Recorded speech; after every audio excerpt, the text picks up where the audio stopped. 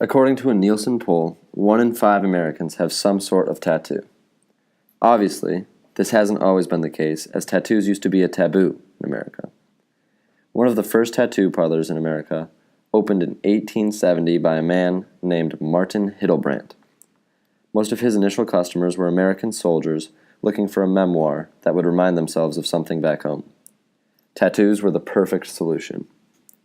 Sooner than later, tattoo art was seen as a patriotic act that military men participated in. Another place where tattoo art was commonly found was the circus. Women would get full-body tattoos showing off their bodies as some sort of bizarre attraction.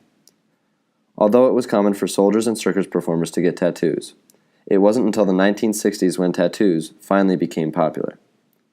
Thanks to the hippie culture of the 1960s, the taboo of tattoos in America was eventually erased. Now it is common for people in America to have tattoos, but in South Korea, this is very much not the case. It is uncommon and almost rare to find people in South Korea with tattoos. This is because it is illegal to be a tattoo artist in South Korea. Only certified doctors are permitted to administer or prescribe tattoos. This is because the beauty ideals in South Korea are based on flawless, white skin. Many grandmas and grandpas view tattoos as a form of body mutilation. Although the tattoo industry is outlawed, the South Korean government estimates that 20,000 tattoo artists are working in illegal tattoo studios throughout the country.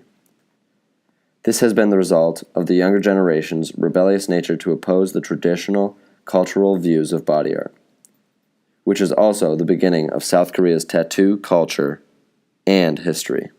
Obviously, there are some apparent differences between American tattoo culture and South Korean tattoo culture.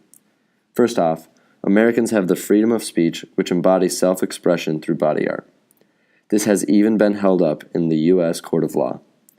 While tattoos are completely legal and protected under the Constitution in America, South Korea only permits certified doctors to administer body ink. Some people have even been arrested in South Korea just for having tattoos. This clearly exemplifies one drastic difference between the American and South Korean tattoo culture. Although there are differences in each tattoo culture, there are also similarities, one of which was the initial taboo of tattoos. Tattoos are widely accepted in the West now, but that wasn't the case in the 1870s. It wasn't until the 1960s that body ink became popular and considered a cultural norm. South Korea is similar to the historical America in that they also have a taboo towards tattoos. On top of that, the younger generation is challenging this taboo with the rapidly growing underground tattoo industry. The South Korean tattoo industry is in its initial stages of breaking the taboo, just like America did 50 years ago. The spread of self-expression through body art is a great example of globalization. The cultural globalization of tattoos shows the spread of individuality and free thought, which are both valued in Western culture. The younger generation in South Korea exemplifies this perfectly. A reporter in Seoul, South Korea describes how old perceptions are fading fast and tattoos are increasingly popular among young South Koreans. The growing tattoo industry in South Korea shows the younger generation's desire to diversify and stand out from traditional Korean beauty norms. Although this is a shift away from traditional culture, this is a positive shift towards individuality and freedom. Even though the spread of originality and self-expression have positive effects on a society, the cultural shift towards Western values in South Korea can also be viewed negatively.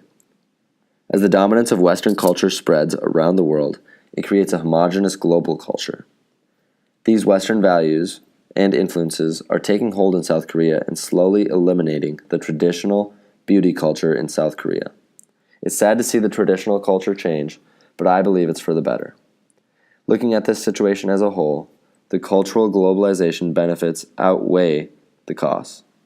I think that the promotion of individualism is more important to South Korean society than retaining their traditional culture.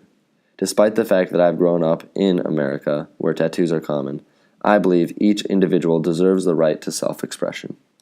And just from a logical standpoint, doctors are not artists and should not be the people permanently marking someone's skin. Tattooing is an art form, not a medical procedure.